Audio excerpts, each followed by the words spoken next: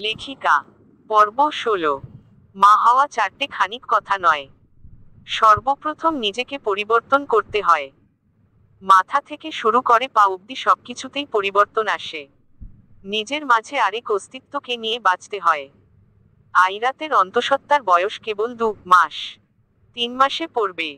তার মাঝেই কত শত ভাবনা সবার। ছেলে হলে এটা করবে, মেয়ে হলে ওটা করবে, কত কিছু। আইরাত শুধু বসে বসে সবার কথা শুনে আর হাসে।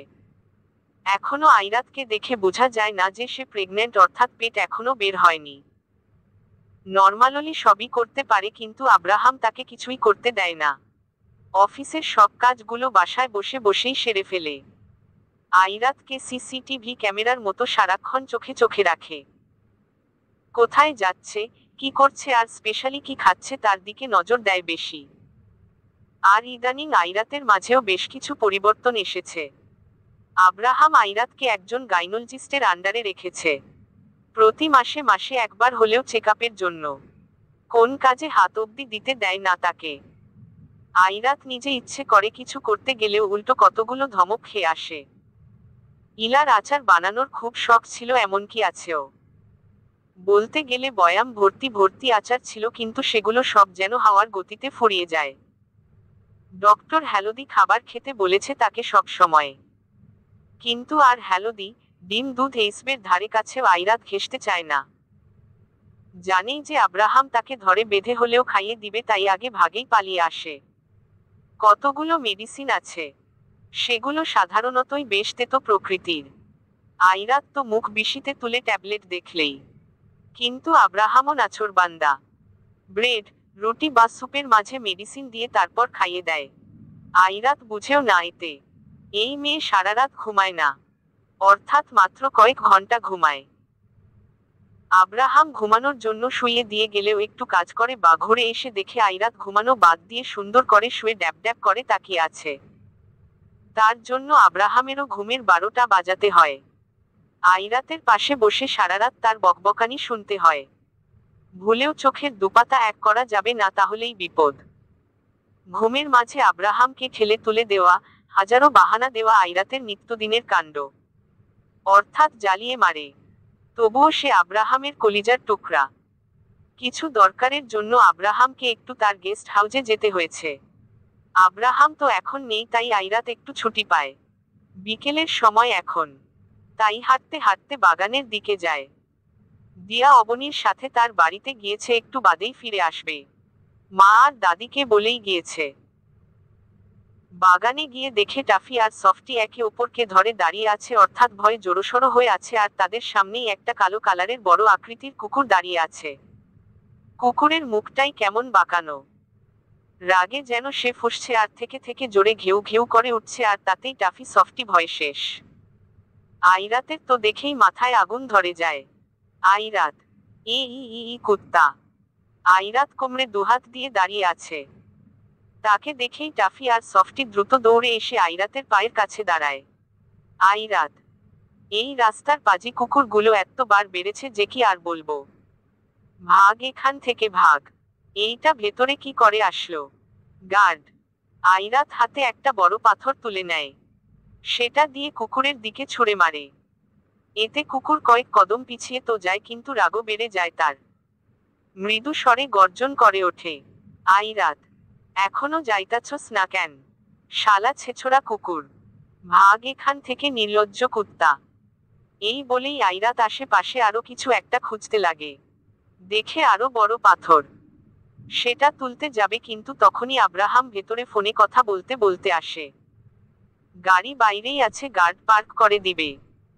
কিন্তু ভেতরে এসেই দেখে আইরাত ভারী পাথর উঠানোর চেষ্টা করছে। এটা দেখেই তো আব্রাহাম রেগে যায়। আব্রাহাম, আইরাত। আব্রাহামের চিল্লানোতে আইরাত মাথা তুলে তাকায়। সে শুকনো কিছু ঢোক গিলে। আর ততক্ষণে এই শয়তান কালো কুকুরটাও ভেগেছে। আব্রাহাম তার শার্টের হাতা ফোল্ড করতে করতে এগিয়ে আসে। আইরাত তার হাত থেকে পাথরটা দ্রুত ফেলে দিয়ে হাত ছেড়ে দাঁড়ায়। আব্রাহাম, কি করছিলে কি তুমি? আইরাত, আরে আপনি জানেন ওই আব্রাহাম, চুপ, একদম চুপ। না মানে বুদ্ধি হবে কবে তোমার? পাথরের সাইজটা দেখেছো? এটা তুলতে পারবে তুমি, তাও এই অবস্থায়? যেখানে ঘরে এক গ্লাস পানি অবধি আমি তোমাকে নিজ থেকে নিয়ে খেতে দেই না, সেখানে তুমি এই পাথর তুলছো।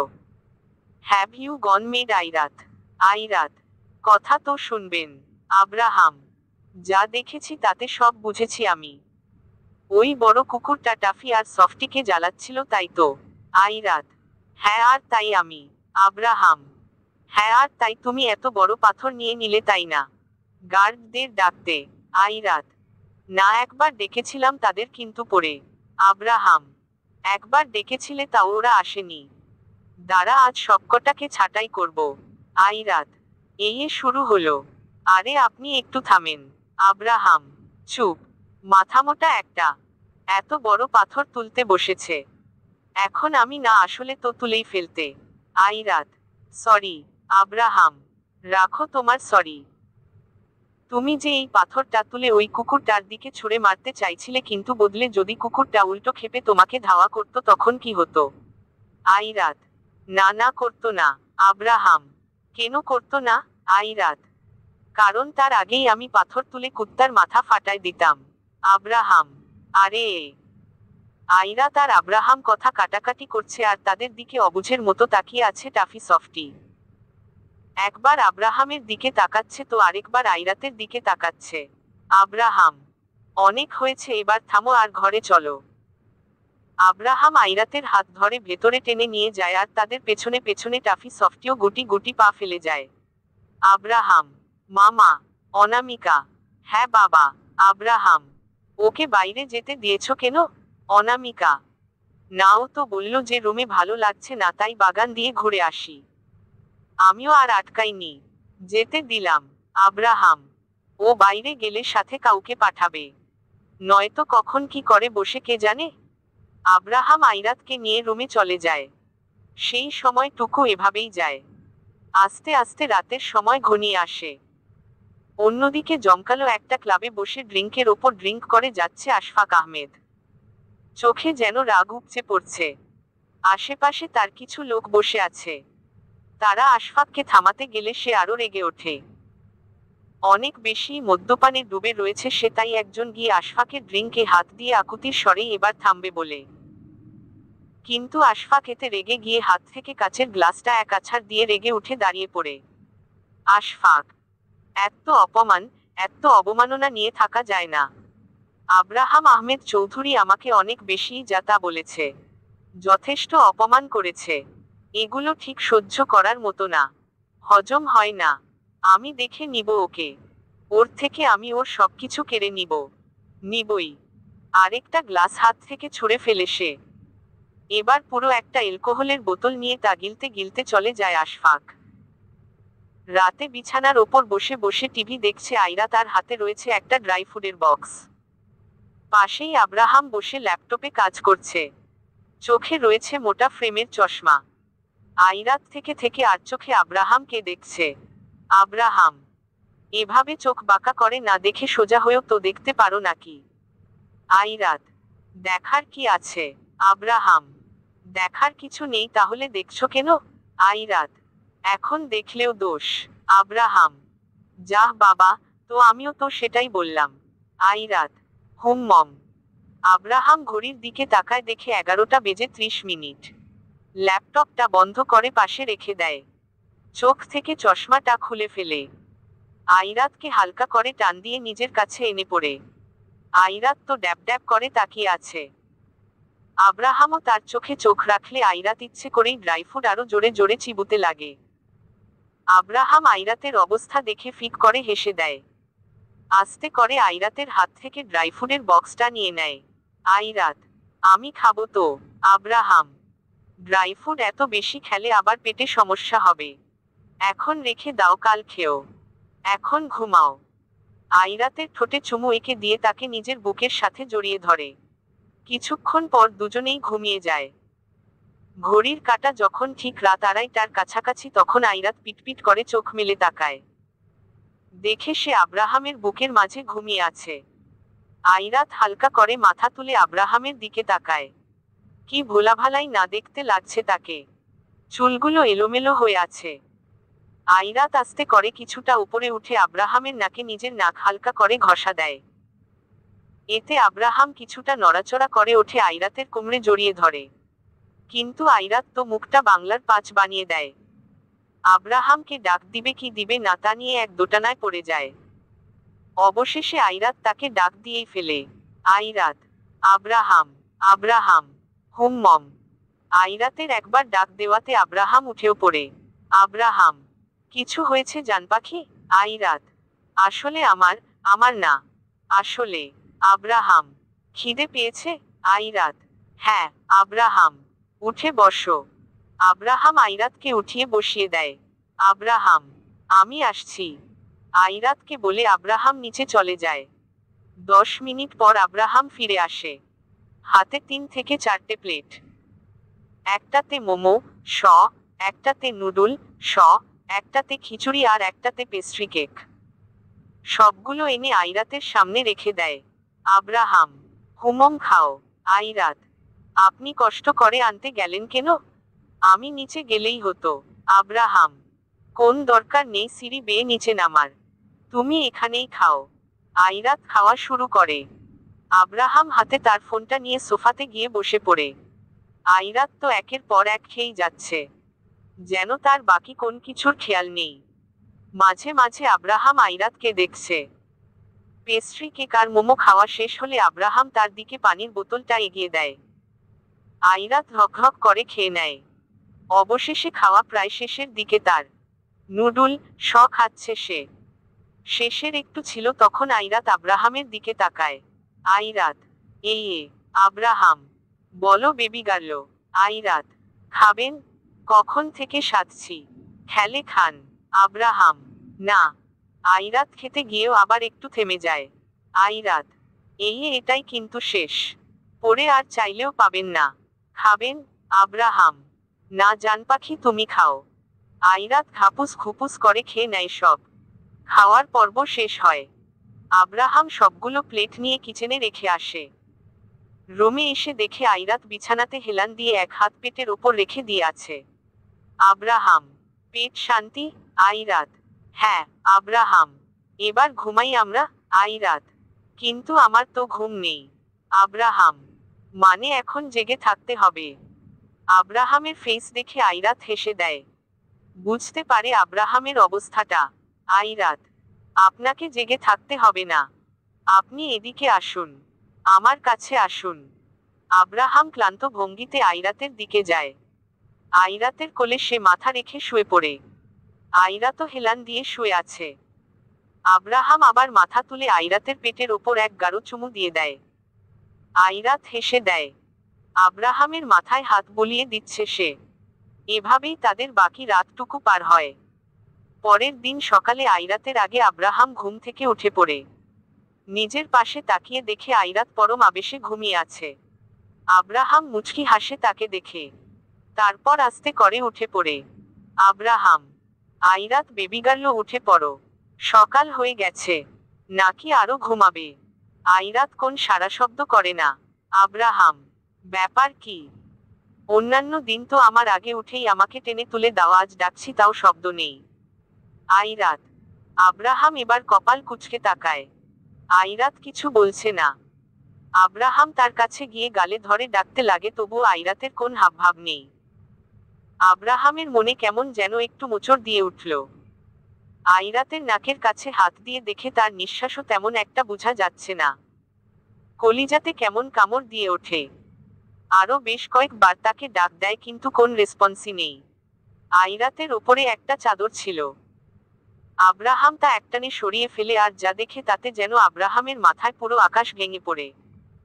ভেতরটা মুহূর্তেই কেমন হাহাকার করে ওঠে। আইরাতের কোমর থেকে শুরু করে একদম পায়ের পাতা অবধি শুধু রক্ত আর রক্ত। পানির পরিমাণও রয়েছে। জামার আনাচে কানাচে রক্ত লেগে আছে। আব্রাহামের দম ভারী হয়ে আসে।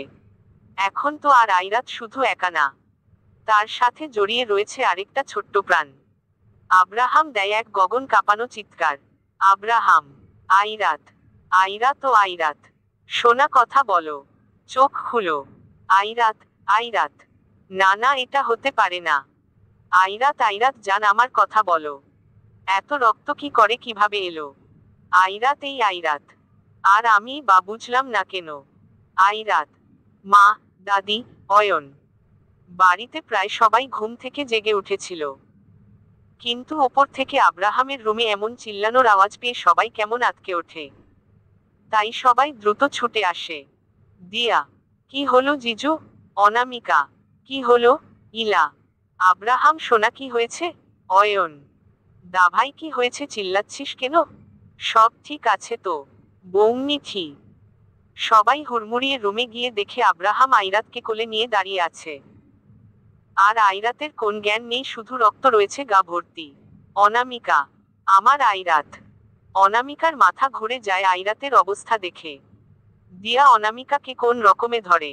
অয়ন, বৌমির কি হয়েছে? আব্রাহাম, আমি জানি না, জানি না, আমি কিচ্ছু জানি না। আব্রাহাম আইরাতকে কোলে নিয়ে দ্রুত যেতে থাকে, মনে প্রাণে আল্লাহকে ডাকছে। আল্লাহ যাই হয়ে যাক, আইরাত যেন সুস্থ থাকে। কৌশল সবার চিল্লাপাল্লাতে মাত্র ঘুম থেকে উঠেছে। ড্রয়িং রুমে এসেই দেখে এই হাল। সব ছেড়ে ছুড়ে বাইরে গিয়ে দ্রুত গাড়ি বের করে। আব্রাহাম আইরাতকে নিয়ে গাড়ির পেছনে বসে পড়ে, আর অয়ন ড্রাইভ করে। বাড়িতে আইরাতের মা কাঁদতে কাঁদতে নাজেহাল। ইলার অবস্থা একই। দিয়া, অবনী সবাইকে বাসায় রেখে যায়। আর এভাবে বাড়ি ফাঁকা করে গেলে তো আর হয় না। একজন ছেলে মানুষকে তো রেখে যেতেই হয় বাসায়, তাই কৌশলকে রেখে যায়। আর ওদিকে আব্রাহাম আইরাতকে নিজের বুকের সাথে চেপে ধরেছে, বারবার নিজেকে দোষারোপ করছে। আইরাত তার পাশেই ছিল, তবুও সে কেন একটুও টের পেল না। কিন্তু এতে তার বিন্দুমাত্র দোষ নেই। অয়ন হাওয়ার বেগে হসপিটালে আসে। আইরাত যে ডক্টরের আন্ডারে ছিল তার কাছেই আসে।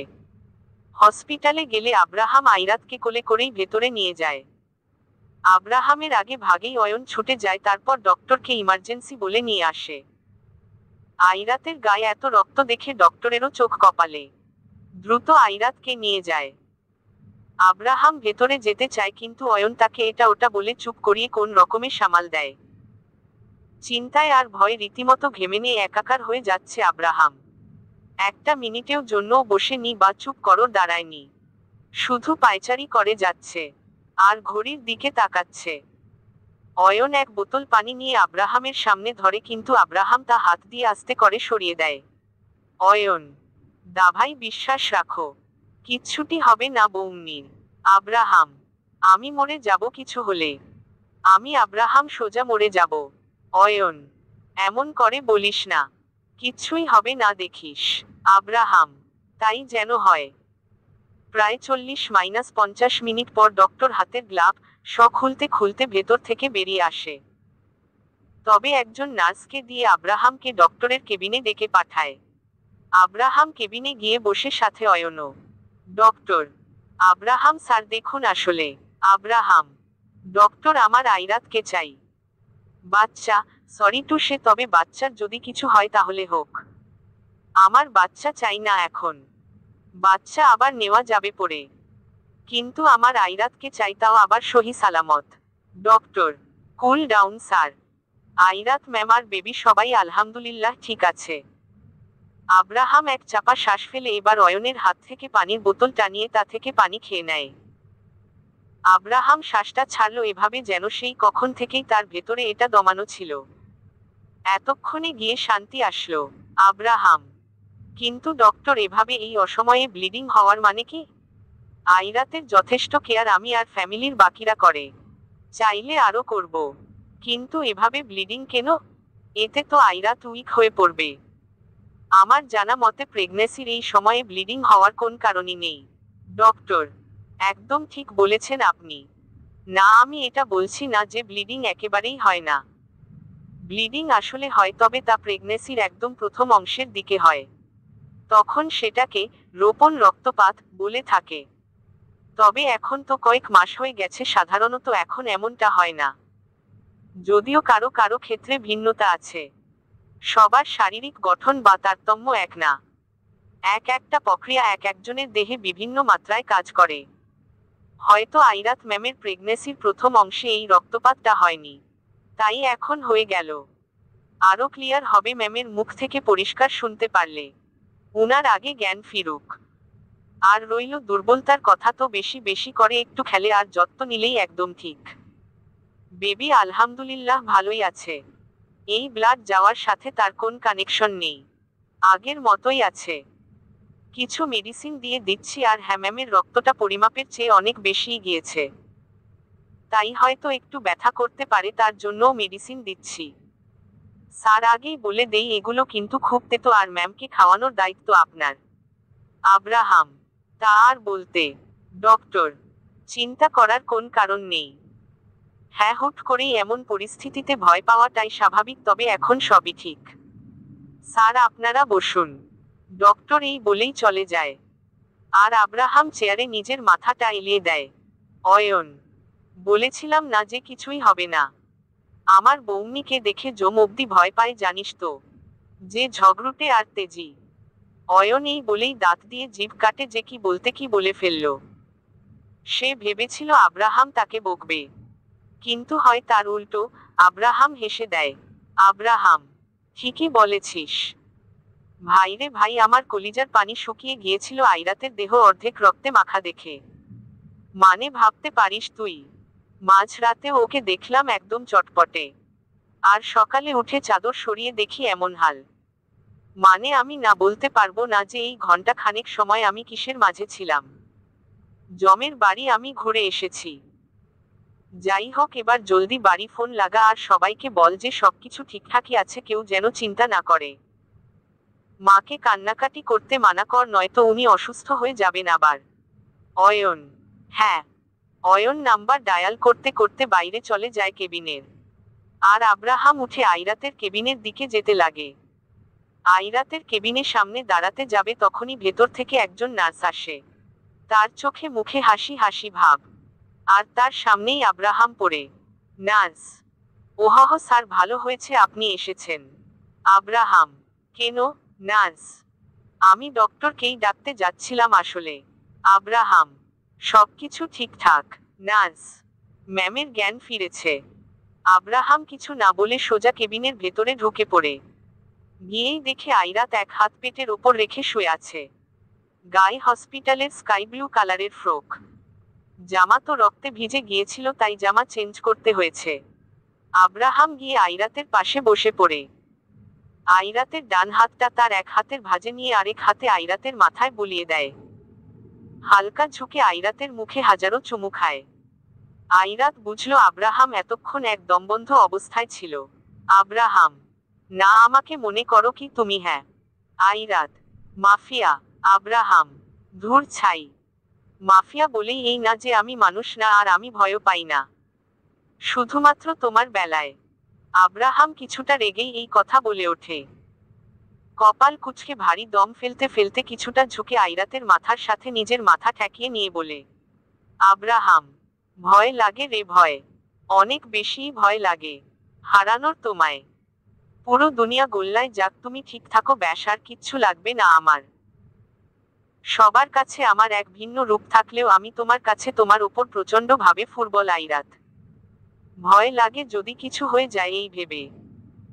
ভয়টা পেতাম না, কিন্তু তুমি তো কিছুদিন পর পর আমাকে অহেতুক ভয় দেখানোর ঠেকা নিয়ে রেখেছো, তাই না? আর এখন তো ভয়টা দ্বিগুণ। আইরাত: সমস্যা নেই, শুনুন আমার কথা। বেবির কিছুই হবে না, আলহামদুলিল্লাহ ভালোই থাকবে ও। তো আমার যদি কিছু হয়েও যায় তাহলে আপনি বেবিকে নিয়ে নিবেন, আরেকটা বিয়ে করে নিবেন, বুঝলেন? এই তো আবার হ্যাপি ফ্যামিলি। আব্রাহাম আইরাতের গাল আর গলার মাঝ বরাবর হাত রাখে, তার বৃদ্ধা আঙুল দিয়ে গালে স্লাইড করে দিতে লাগে। ঠোঁটে একটা মেকি হাসি দিয়ে বলে। আব্রাহাম: তোমার ভাগ্য ভালো যে এখন তুমি এমন অবস্থায় আছো আর আমি কিছু করতে পারছি না, নয়তো তোমার চাপার দাঁত আর একটাও বাকি রাখতাম না, এখন সবকটা থাপ্পড় দিয়ে ফেলে দিতাম।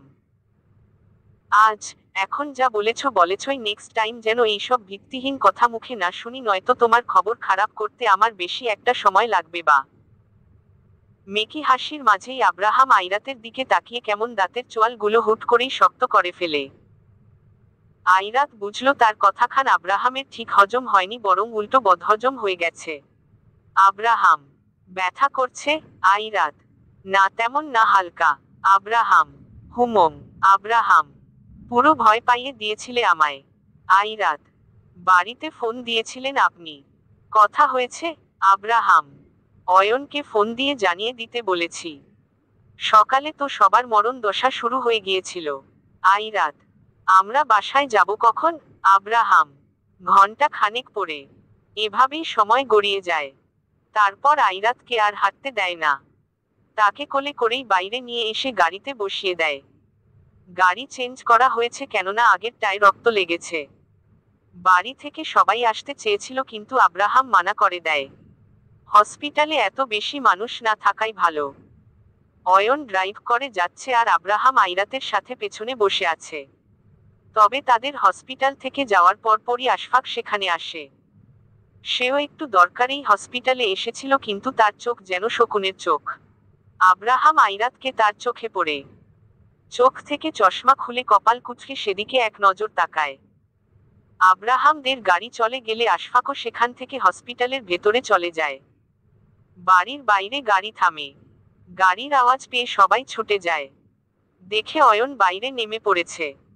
আর আব্রাহাম নেমে আইরাতকে কোলে তুলছে। অনামিকা। আইরাত ঠিক আছিস তো? ডক্টর কি বলল? বাচ্চা। বাচ্চা ঠিক আছে? আব্রাহাম। মা ঘাবড়িও না। আলহামদুলিল্লাহ সবই ঠিক আছে। ইলা। যা যা আগে বাড়ির ভেতরে যা। আব্রাহাম আইরাতকে নিয়ে হলরুমে যায়। সেখানে সোফার ওপর আস্তে করে বসিয়ে দেয়। দিয়া। কিরে এভাবে রক্ত গেল কি করে? আর তুই জিজুকে ডাক দিবি না? আইরাত। আমি নিজেও জানি না। আমি তো জানি ঘুমিয়েছিলাম আর তার মাঝেই কখন এইসব কিছু হলো জানি না। আব্রাহাম। হুমম। আব্রাহাম সার্ভেন্টকে বলে খাবার আনে এতগুলো। এমনিতেই আইরাত এখন বেশিই খায়। আগে যেগুলো সে 3 থেকে 4 বেলায় খেত সেগুলো এখন সে এক বেলায় খেয়ে শেষ করে ফেলে। আর এখন তো খাবারের পরিমাণ আরো বাড়তি। আব্রাহাম তাকে খাইয়ে দিচ্ছে আর সেও চুপচাপ খাচ্ছে। আবার আগের নিয়মেই সবকিছু চলতে লাগলো। আইরাতের কেয়ার, তার দেখভাল সবই। তবে আব্রাহাম খেয়াল করে দেখে যে আইরাতের মাঝে বেশটুকু ভিন্নতা রয়েছে। সবই আবার আগের মতো স্বাভাবিক, হাসি খুশি হয়ে যায়। কিন্তু কে জানে কখন তাদের এই খুশিতে আবার কারো বদনজর লেগে যায়। এভাবেই দিন সময় যেতে লাগে। দেখতে দেখতেই কেটে যায় 5-5টে মাস। এই 5টে মাসে পাল্টে গেছে অনেক কিছুই। আইরাতের পেট বের হয়ে গেছে। আগের আইরাত আর এখনকার আইরাতের মাঝে বেশ তফাত। কিন্তু তাতেও যেন তার সৌন্দর্য ফুটে উঠেছে দ্বিগুণ হারে। মাতৃত্বের সৌন্দর্য। আব্রাহাম অতি গুরুত্বপূর্ণ কাজ না পড়লে অফিস যাওয়া তো বহুত দূর বাইরে অব্দিও যায় না। আব্রাহামের বর্তমানে প্রধান কাজ হচ্ছে আইরাতের দেখভাল করা, তাকেই নিজের পূর্ণ সময় দেওয়া। সকাল বিকেল দুবেলা আইরাতকে নিয়ে হাঁটতে যাওয়া, আইরাতকে খাইয়ে দেওয়া, সব সময় হাসি খুশি রাখা। বাড়ির সবাই আইরাতকে মাথায় করে রাখে। আইরাতের তো মাঝে মাঝে মনে হয় যে জীবনে একটা হলেও বেশ ভালো কাজ সে করেছিল, তাই তো আজ এমন একটা পরিবার জুটেছে তার কপালে। ভাগ্যবতী সে। আর রইল আব্রাহামের কথা, তো তার মতে আইরাত তার লাকি চার্ম। কেননা নিজের জীবনের সব ভালো ভালো কাজগুলো তার আইরাতের আসার পর থেকেই হয়েছে। আব্রাহাম আইরাতের রুম ওপর থেকে নিচে শিফট করে নেওয়া হয়েছে। কেননা আইরাত এই সিচুয়েশনে সিঁড়ি বেয়ে একবার ওপরে উঠতে আবার নিচে নামতে পারবে না। পারবে না বলতে আব্রাহামই তাকে সিঁড়ি বেয়ে ওপরে উঠতে দেয় না। আর আইরাত তো সারাদিনই টইটি করে ঘুরে। রুমে বসে থাকলে নাকি তার দম আটকে আসে। নিচের রুমে উঠে পড়েছে তারা। এখন রাতের বেলা। আব্রাহাম একটু ছাদে গিয়েছিল ফোনে কথা বলতে। একটু সমস্যা হয়েছে, তাই সামলাতে হচ্ছে। আইরাতের সামনেই কথা বলতো কিন্তু তা সে করবে না। কেননা সে বলেছে যে যাই হয়ে যাক না কেন আইরাতের সামনে আর অন্য কোন ঝামেলা জড়িত কথা, বিশেষ করে এইসব খুন খারাপির প্রসঙ্গ তো তুলবেই না। কথা বলা শেষ করে নিজের রুমের দিকে যেতে লাগে। যেতে যেতে একজন সার্ভেন্টকে তাদের রুমে স্যুপ পাঠিয়ে দিতে বলে। রুমে গিয়ে দেখে আইরাত নেই। আব্রাহাম। আইরাত। আইরাত। হুম হুম। আব্রাহাম। এই কোথায় তুমি? আইরাত। হুম হুম। আব্রাহাম। কিসের হুম হুম?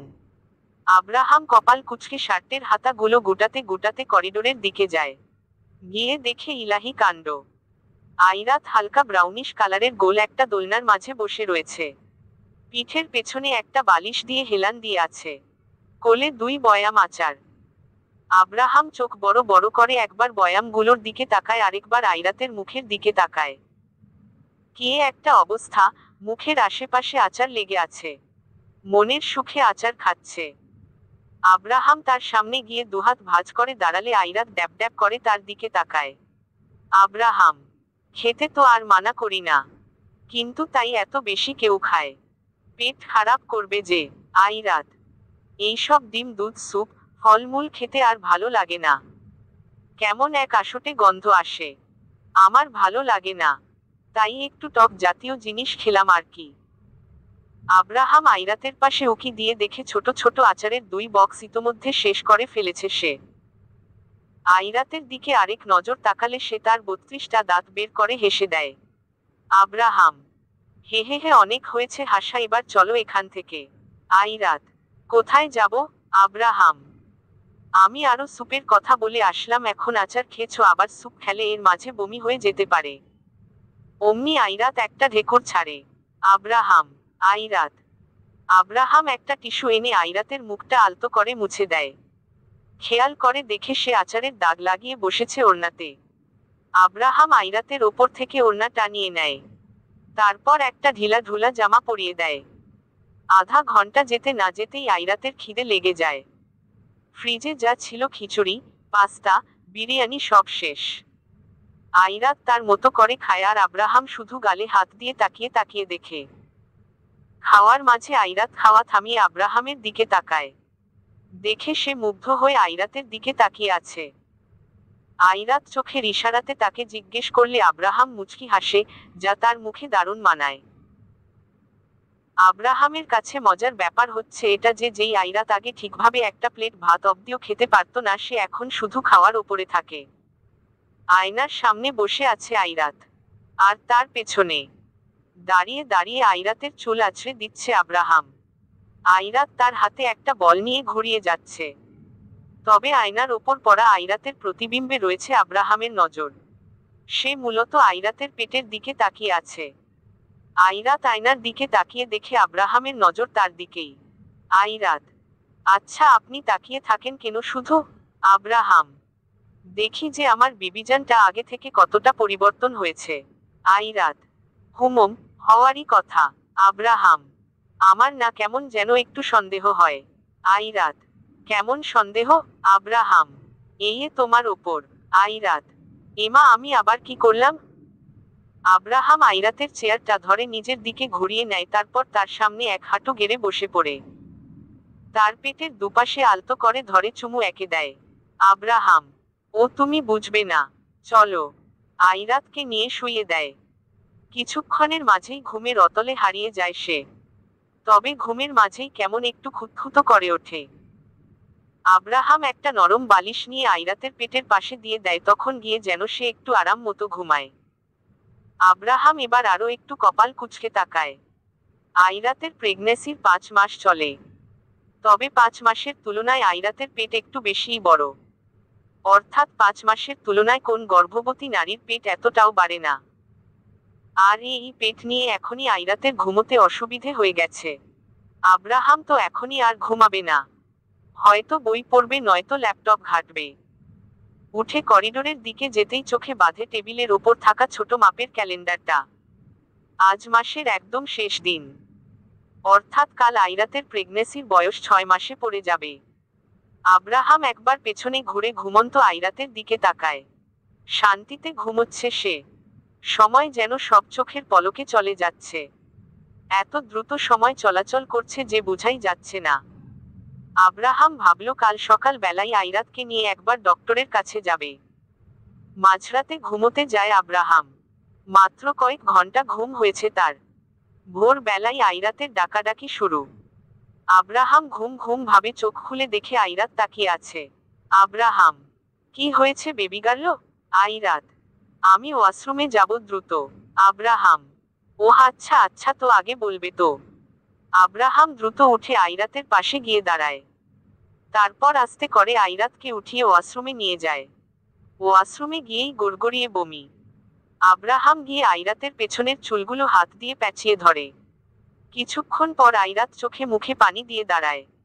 আব্রাহাম টাওয়াল দিয়ে তার মুখ মুছিয়ে দেয়। আব্রাহাম, বেবি গার্ল বেশি খারাপ লাগছে? আইরাত, না তেমন না, তবে কিছুটা খারাপ লাগছে। আব্রাহাম, এখন তো ভোর, বাইরে যাবে তুমি হাঁটতে? আইরাত, হ্যাঁ চলুন। আব্রাহাম, বাইরে গেলে তাও একটু ভালো লাগবে, চলো। আইরাত একটা আকাশি রঙের জামা পরে বাইরে বের হয়ে পড়ে। আব্রাহাম আইরাতের একটা হাত নিজের হাতে নিয়ে আরেক হাত আইরাতের কোমরে ধরে আস্তে আস্তে করে হাঁটছে। কিছু সময় হেঁটে আব্রাহাম বাড়ি ফিরে আসে। বাড়ি এসে আর ভেতরে যায় না তাকে নিয়ে। বাড়ির বাগানেই বেতের চেয়ারগুলোতে বসে পড়ে সার্ভেন্টকে বলে ব্রেকফাস্ট নিয়ে আসে। বাইরের আবহাওয়াটা বেশ শীতল আজ। আস্তে আস্তে বাড়ির সবাই উঠে পড়ে। সবাই বাইরে বসেই বেশ সময় আড্ডা দেয়। সকাল যখন বাজে প্রায় 11:30, তখন আব্রাহাম আইরাতকে গাড়িতে করে নিয়ে হসপিটালে চলে যায়। আগে থেকেই বলা ছিল যে আব্রাহাম আহমেদ চৌধুরী তার বউকে নিয়ে চেকআপের জন্য আসছেন, তাই ডক্টর আর কোন পেশেন্ট দেখেননি অন্যান্য দিনের মতো। আব্রাহাম এসে আইরাতকে নিয়ে বসে। ডক্টর আইরাতকে নিয়ে আরো ভেতরে গিয়ে কিছু চেকআপ করে। রিপোর্ট আসতেও বেশি একটা সময় লাগে না। আইরাত আব্রাহামের পাশেই বসেছিল, তখন ডক্টর হাতে কিছু রিপোর্ট এনে নিজের জায়গায় বসে। ডক্টর, আব্রাহাম স্যার, প্রথমে আপনার কথা শুনি, বলুন। আব্রাহাম, স্বাভাবিকের তুলনায় আইরাতের পেট একটু বেশিই বড় বলে মনে হয় না? ডক্টর, মনে তো হবেই, কারণ মেহমান তো আর একজন আসছে না। আইরাত, মমা মানে? ডক্টর একগাল হেসে দেন। ডক্টর, মানে এই যে আপনারা উভয়ের অনেক বেশিই লাকি। আইরাত ম্যাম, আপনি দুটো যমজ বাচ্চার মা হবেন। টুইন বেবি হবে। পেট এখনই এত বড় লাগার কারণ হচ্ছে বাচ্চা দুজন। আর বাচ্চা দুজনেই বেশ হাট্টা কাট্টা। স্বাস্থ্য আছে ভালো। আইরাত, গোলুমোলু। Abraham, double trouble. আইরাত ফিক করে হেসে দেয়। অবশেষে তারা বেরিয়ে আসে। আইরাত শুধু আব্রাহামের দিকে তাকিয়ে আছে। আব্রাহামকে দেখে মনে হচ্ছে যে সে একটা ঘোরের মাঝে আছে। তারা গাড়িতে ওঠে পড়ে। আইরাত, জামাইজান। আব্রাহাম, হ্যাঁ। আইরাত, আমার দিকে তাকান। আব্রাহাম তাকায়। আইরাত আব্রাহামের গালে নিজের দুহাত রেখে বলে, আইরাত, আপনি কি হ্যাপি না? আব্রাহাম নিজের গাল থেকে আইরাতের দুহাত সরিয়ে তাকে নিজের বুকের সাথে ঝাপটে জড়িয়ে ধরে। আব্রাহাম, আমি বুঝতে পারছি না যে কি বলবো। আচ্ছা, আসলেই কি আমি এত এত বেশি সুখের ভাগিদার? আমার বিশ্বাস হয় না যে আল্লাহ এত খুশি একসাথে আমাকে দান করছে। আমার কাছে ভাষা নেই আমার খুশি প্রকাশ করার জন্য। ভাষা হারিয়ে ফেলেছি আমি, তাই চুপ করে আছি। জীবনে যাকে নিজের থেকেও বেশি ভালোবাসলাম তাকেই নিজের করে পেলাম। এত সুন্দর একটা পরিবার পেলাম, আর এখন কিনা আমার বাচ্চা। আইরাত, বাচ্চারা। আব্রাহাম হেসে দেয়। 101টা চুমু দিয়ে দেয়। আব্রাহাম আইরাতকে শুধু থেকে থেকে একটা করে লুক দিচ্ছে, যার মানে আইরাত বেশ ভালো করেই জানে এখন আইরাতের ওপর কেয়ারিং আর নজরদারি আরো গাঢ় হতে যাচ্ছে। আব্রাহাম আইরাত দুজনেই বেশ এক্সাইটেড। বাড়ি গিয়ে সবাইকে বললে না জানি সবাই কেমন রিয়েকশন দিবে। খুশিতে সবাই পাগল না হয়ে গেলেই হয়েছে। খুশিতে আত্মহারা সবাই। মাঝে মাঝে তো এও মনে হয় যে এত খুশি সহ্য করার মতো ধৈর্য শক্তি তাদের নেই। এই মাত্রাতিরিক্ত খুশিতে আবার তাদের নিজেদেরই নজর না লেগে গেলেই হয়। আব্রাহাম আইরাত গিয়ে যখন সবাইকে বলল যে টুইন বেবি, তখন বাড়িতে যেন সবার মাঝে খুশির রোল পড়ে গেল। আর মজার ব্যাপার হচ্ছে অয়ন দিয়ার বিয়ে অবধিও ঠিক হয়ে গেছে। আপাতত বাগদান করে রাখার চিন্তা ভাবনা চলছে। অন্য কাউকে দেখার যেন কারো কাছে সময়ই নেই। সবাই আইরাতকে নিয়েই ব্যস্ত। তার প্রেগন্যান্সি 7 মাস চলে, তাও যেন শেষ হতে চলল। আব্রাহাম আইরাতের সাথে লাই কাঠার মতো লেগে থাকে। আইরাতকে সকালে ঘুম থেকে উঠিয়ে ফ্রেশ করা থেকে শুরু করে আবার রাতে ঘুমোতে যাওয়ার আগ অব্দি সব কাজ আব্রাহাম নিজে করে। তবে আইরাতের ইদানিং বেশ কষ্ট হয়। বেশ বড় পেট, আবার তার মাঝে হালকা হালকা ব্যথা করে। এমতাবস্থায় ওঠা বসা বা অধিক নড়াচড়া বেশ কষ্টসাধ্য আইরাতের পক্ষে। হাঁটতে গেলেও এক হাত পেটের ওপর আলতো করে রেখে তারপর হাঁটতে হয়। মাথার চুল থেকে শুরু করে পায়ের পাতা পর্যন্ত সর্বত্র পরিবর্তন এসেছে তার। বেশ মোটাসোটা হয়েছে আইরাত। Like গোলুমোলু square. গালের দিকে মাংস বেড়েছে। দুধে আলতা গায়ের রং। ঘন চুলগুলো অনেক বড় হয়েছে। কোমর ছাড়িয়ে আরো নিচে নেমে গিয়েছে। আব্রাহামের সবথেকে পছন্দের হচ্ছে আইরাতের চুলগুলো আর তার গাল। আইরাত যে ঠিক কবে তার চুলে হাত দিয়েছিল মনে নেই। চুলে তেল দেওয়া, বেঁধে দেওয়া সব আব্রাহামই করে দেয়। ইদানিং আব্রাহাম আইরাতকে বেশিরভাগ ক্ষেত্রেই গাঢ় ধূসর রঙের, গোলাপি মিষ্টি রঙের আর বিশেষ করে সাদা ধবধবে রঙের জামা পরিয়ে দেয় বেশি। তার কাছে নাকি এভাবেই আইরাতকে ভালো লাগে। চুলগুলো হালকা করে বেঁধে বাকিগুলো ছেড়ে দিয়ে, ওড়নাটা একপাশে মেরে, সাদা জামা পরে সারা বাড়ি টইটি করে ঘুরে বেড়ায় আইরাত। এক কথায় তাকে মায়াবতী লাগে। একরাশ মায়া স্নিগ্ধতা কাজ করে তার মাঝে। আর আইরাতকে দেখে নিজের দুই চোখ ভরিয়ে তোলে আব্রাহাম। তবে নিজের দেহে পরিবর্তন আসলেও নিজের স্বভাব, আচার আচরণে কোন পার্থক্য আসেনি। সেই আগের মতোই চটপটে আর চঞ্চল আইরাত। সবাই হলরুমে বসেছিল। আব্রাহামও হলরুমে। আইরাত তখন রুম থেকে বেরিয়ে আসে। আস্তে আস্তে হেঁটে হেঁটে যেতে লাগে। আর সবাই তার দিকে তাকিয়ে আছে, আইরাত তা খেয়াল করে বলে। আইরাত, ব্যাপার কি? সবাই এভাবে তাকিয়ে আছো কেন আমার দিকে? আইরাত এসে সোফাতে আব্রাহামের পাশে বসে পড়ে। আর আব্রাহাম আইরাতের গালগুলো টেনে দেয়। আব্রাহাম, ওরে আমার পেঙ্গুইন রে। আইরাত মুখটা খানিক কুঁচকে সরিয়ে আনে। আইরাত, আমার গালগুলোকে কি পেয়েছেনটা কি আপনি? হ্যাঁ আব্রাহাম, আমার সম্পত্তি। আইরাত, ওই ওই ই। আব্রাহাম, হুম্মম।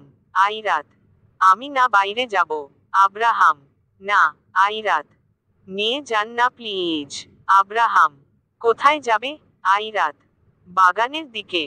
নয়তো আমি একাই যাই। আব্রাহাম, হুম থাক হয়েছে, আমিই নিয়ে যাচ্ছি। আব্রাহাম উঠে আইরাতকে ধরে। আইরাতও আস্তে করে উঠে আব্রাহামের সাথে চলে যায়। বাইরে গিয়ে বাগানের পাশে দোলনাটাতে বসে পড়ে। আব্রাহাম, বেবি গার্ল তুমি বসো, আমি আসছি। আইরাত, কই যান? আব্রাহাম, আসছি। কয়েক মিনিট পর আব্রাহাম তার হাতে একটা বাটি নিয়ে আসে।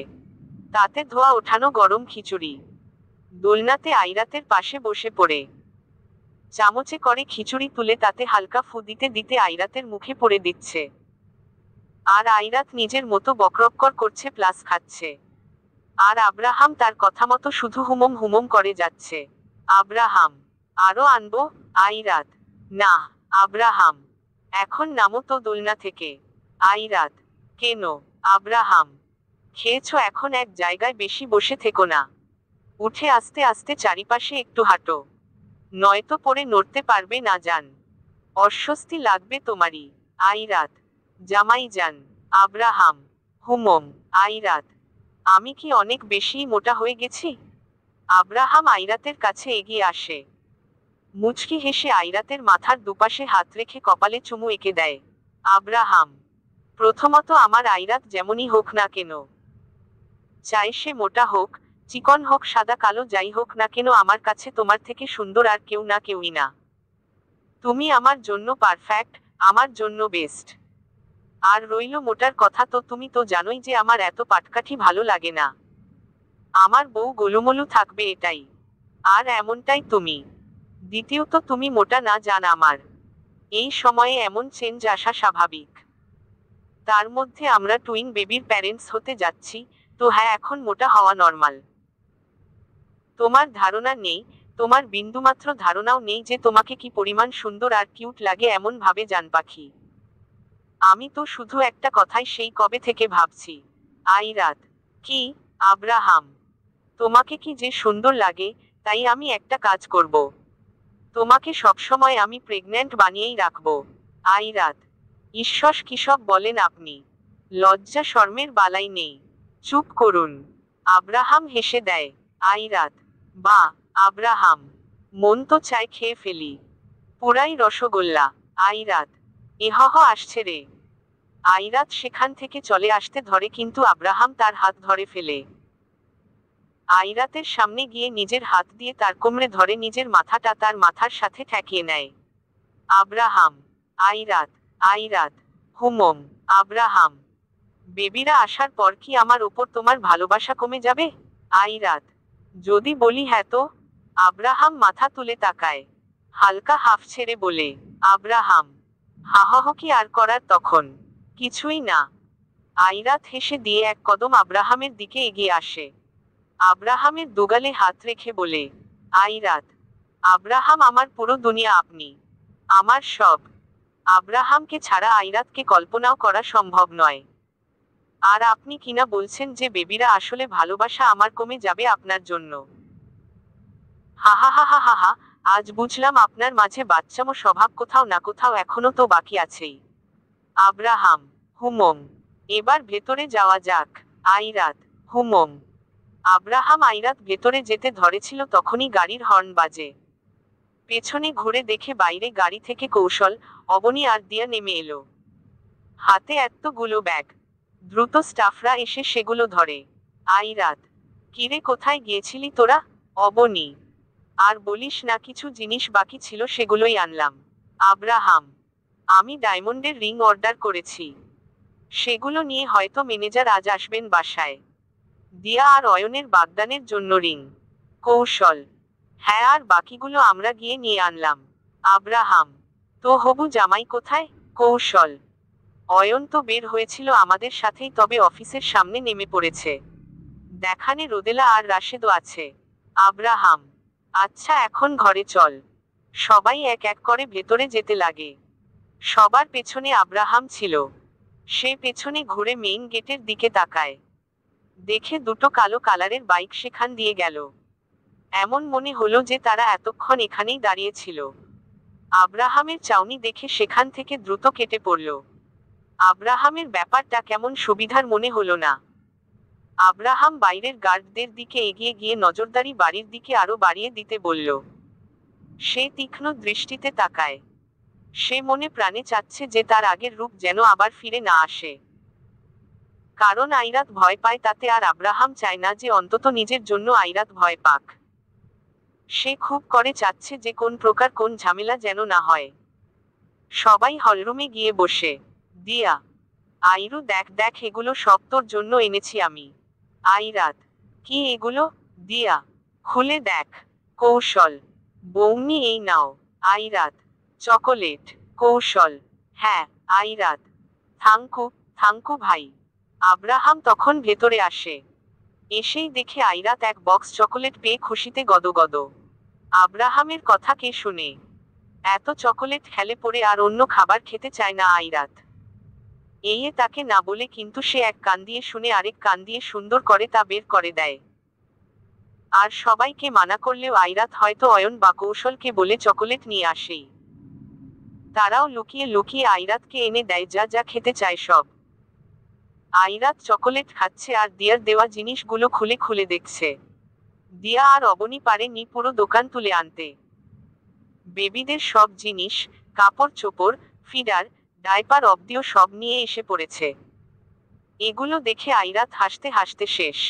ইলা, হেসে লাভ নেই মনা, বাচ্চাদের এগুলোই পড়াতে হবে। আইরাত, না না, আমি এই ভেবে হাসছি যে বাচ্চাই এলো না, এখনই এইসব কিনে নিয়ে এসেছে এই দুই পাগলি। অবনী, আরে কি করব? শোরুমের পাশ দিয়ে যাচ্ছিলাম তখন চোখে পড়ল, বেশ মনে ধরেছে তাই সোজা গিয়ে তুলে নিলাম। সবার মাঝে একটা হাসির রোল পড়ে যায়। তার মাঝেই আব্রাহামের ফোন বেজে ওঠে। সে হাতে ফোন নিয়ে কথা বলতে বলতে চলে যায়। তা আইরাতের নজর কাড়ে, কিন্তু পরক্ষণেই আবার দিয়ার ডাকে সে বাকিদের সাথে খোশগল্পে মেতে ওঠে। চলবে। হ্যালো কলিজার বন্ধুরা, গল্পটি কেমন হলো একটা কমেন্ট করে জানাবেন। আপনাদের ভালোবাসা দিয়ে চ্যানেলটিকে সাবস্ক্রাইব করে রাখুন। এই গল্পের অংশ পরের গল্পতে পেয়ে যাবেন। ধন্যবাদ।